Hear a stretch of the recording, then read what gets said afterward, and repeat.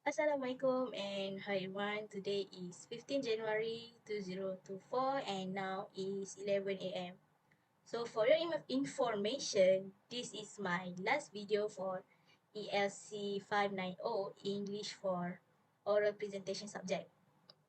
So my name is Nur Alzawahida binti Zainal. I'm from Graphic Design Department CAAD2413. My matrix number is 2022498574. So have you ever liked someone who disrespect you? When someone treat you rudely, how do you react? How do you feel when someone is rude to you? If you have never experienced it, how do you feel if you're witnessing someone that is being rude in public? Or do you have a habit of treating people badly? For now, let's watch the video that I have prepared. 小混蛋，你起来，我手都挺硬的。那你头那么近干，你好。那我吃瓜子一瓜子吧。那么我这从哪结果端这一段，你说你不装不讲，你个青年，你说。别给我装。那我就这里我的工作了，这是。你咋不我这有3个人呢？我指你3不是大人。道歉。好。道歉。道歉。好。道歉。花呗公益不容易，你应该你想你老爷爷这么做，他个老爷你尊重他，看来人家父母，是不是？花呗公益不是本来我们就包了。我不中，你有一活干。哎，你不要这样，别这样说，我太不讲话了。你听不得你说的他干嘛？他不干了吗？干啥的？我跟说那么次了，你得理解人家的不，人家也不行。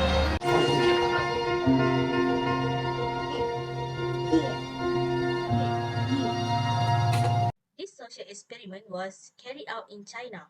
You can all clearly see from the video that the man was being impolite to the elderly man who worked as a public cleaner. There is a lot more behavior that shows impoliteness, and just like the video that I have shown to all of you. For example, your manners when talking to your boss, your table manners, and how you picking your nose or fart, and a lot more. Polite is derived from the Latin word politus, which means refined or elegant. In the middle of 13th century, being polite means considerate of other people and maintaining social norms. Rudeness is the exact opposite of polite. I will start discussing some of the factors that cause impolite behavior. There are people all over the world, and their behavior can be greatly influenced by the environment in which they are raised. Parents, guardians, and educators plays an important role in shaping these values. We have observed various parenting techniques through social media, and those who raise in an Asian culture context may find common ground that does not necessarily align with some of the parenting approach prevalent in Western culture. So before learning to live in society, everyone born into this world will interact with their parents or the other family members. As a result, the importance of the family institution in shaping human manners and morals cannot be overstated. Parents should choose their words carefully as a role model for their children, and so that they need to avoid using abusive language or cursing. So in Malaysia, civic education also have been phased out in primary and secondary school.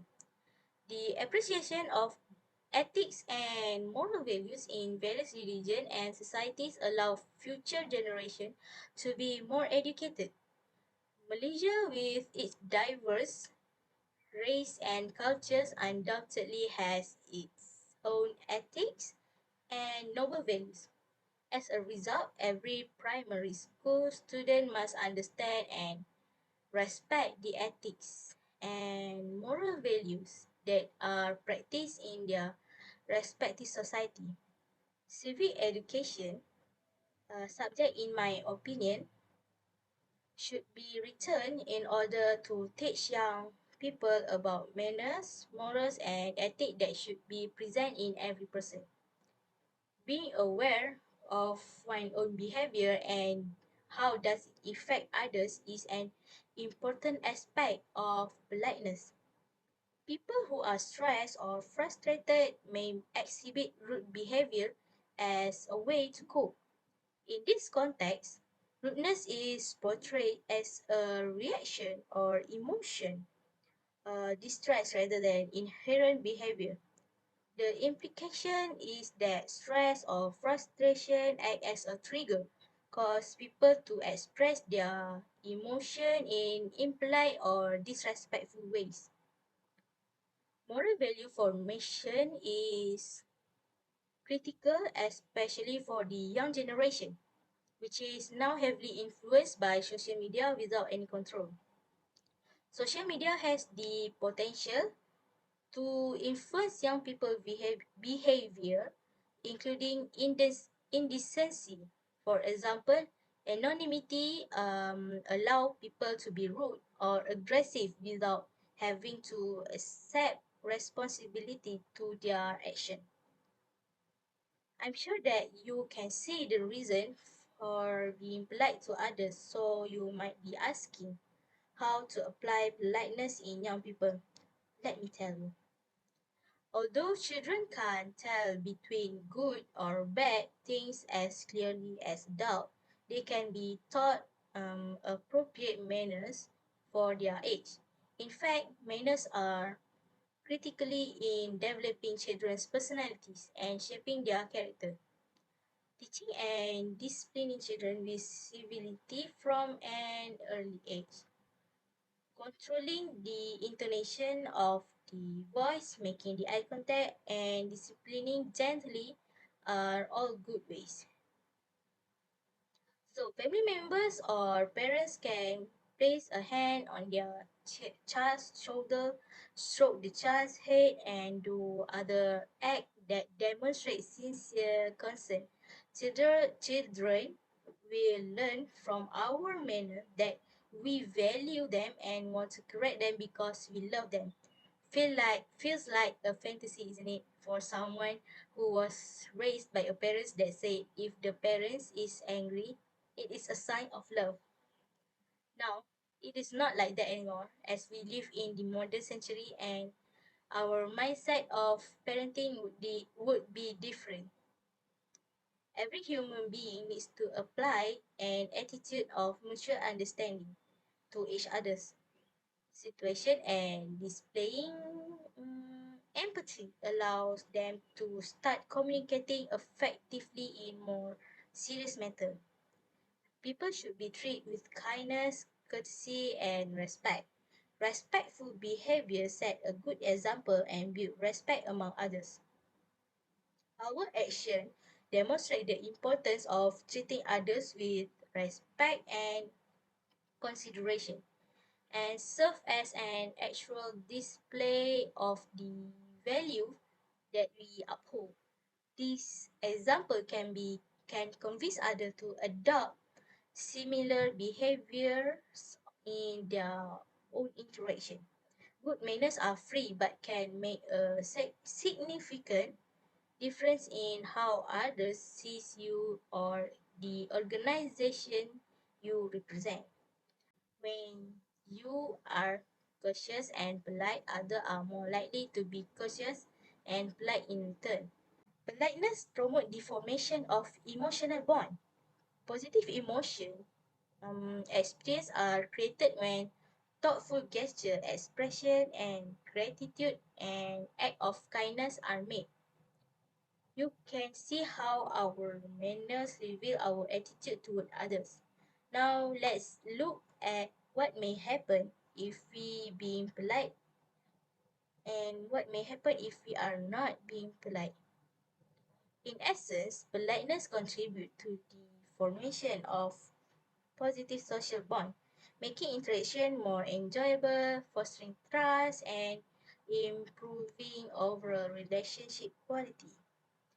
Being polite all the time helps to build a good reputation. Individuals who are known for their polite behavior are more likely to be respected and trusted by others, whether in personal relationship or in professional circle.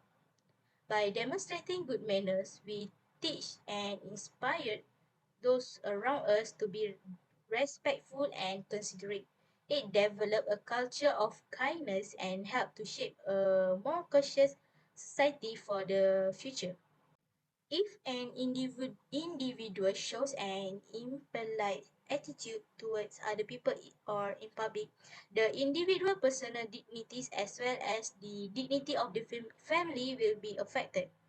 This is not only lower self-image, but it also raises racist issues among all races and lower the country image. You should now know why you should be aware that courtesies along with being polite in everyday life are important. So as you can clearly see, one of the most important courtesy in our daily life is being polite, and this is the best behavior you should practice.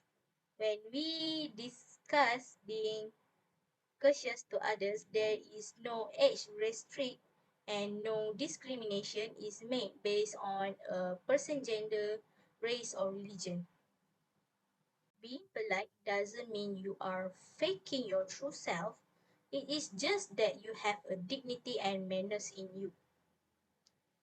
You have to change the way we teach ethics to our children by learning the proper way to teach them, because if we educate our children manners from an early age, we can create a well-mannered society and be more qualified to lead the country in the future. According to Joseph Jordan, politeness is the flower of humanity. As a result, we can say that by accepting and maintaining proper behavior, we generate an environment of mutual respect among people, um,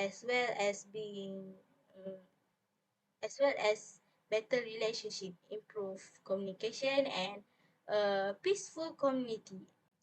Our small act will give a big impact. So that's all from me, and thanks for watching.